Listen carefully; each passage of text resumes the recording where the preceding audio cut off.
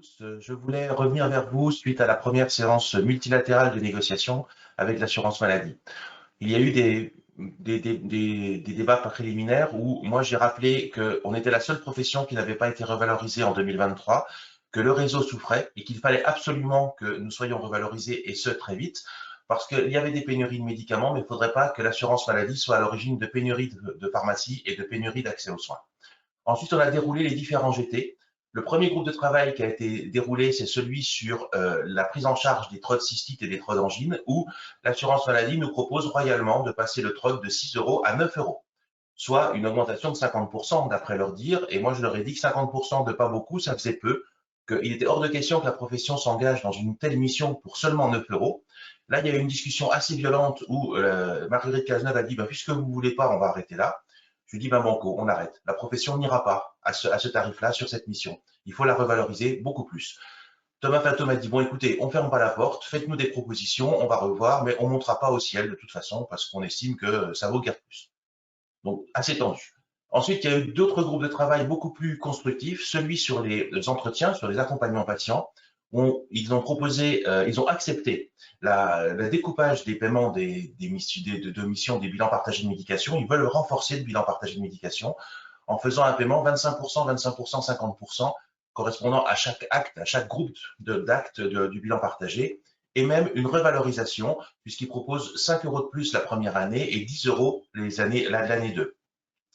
Le développement de l'accompagnement des patients sous opioïdes, on a demandé à ce que ce soit étendu au-delà du tramadol à tous les paliers 2, avec un entretien court, type entretien femme enceinte, rémunéré 5 euros, ça c'est leur mise de départ. On va essayer de gratter un peu plus pour être dans les clous, mais je pense que c'est un entretien qui va durer quelques minutes, donc ça devrait être faisable à ce tarif-là.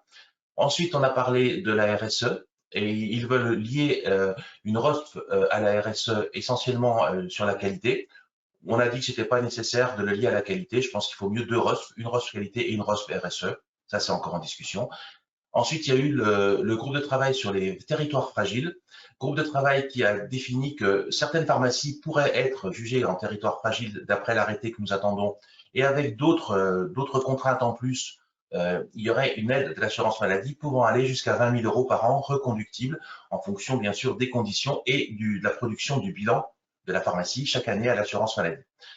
Et enfin, un groupe de travail qui a été conséquent sur la lutte contre la fraude, où ils veulent que l'on se connecte sur Asafo de façon systématique. Asafo, c'est une base de données qui est compliquée. Alors, pas compliquée à se connecter, mais ça nous demande de sortir de notre logiciel pour aller se connecter.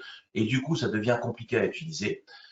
On leur a dit qu'on ne pouvait faire ça que s'il y avait une interopérabilité avec nos logiciels métiers, ce qui est compliqué là aussi et ce qui va risquer de prendre du temps, mais on va travailler dessus. Ensuite, on a fait la proposition d'avoir des ordonnances sécurisées pour tout ce qui était tramadol et des ordonnances médicaments d'exception dès lors que le médicament coûtait plus de 300 euros, dès lors que c'était un médicament cher. Ça a été fait pour ça au début, mais les listes n'ont pas évolué et c'est devenu n'importe quoi aujourd'hui. Et puis, ils ont fait plusieurs propositions, donc que nous devons rediscuter, dont une qui est par exemple de dire pas de carte vitale, pas de tiers payant pour les médicaments chers.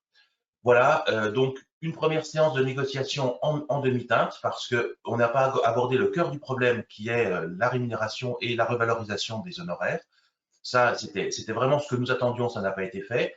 Des avancées, des choses qui ne nous vont pas. J'ai quand même été surpris qu'à cette première réunion, on ait déjà des propositions d'argent parce que d'habitude, c'était pas du tout prévu comme ça. D'habitude, ils déroulent des slides, mais sans faire de propositions.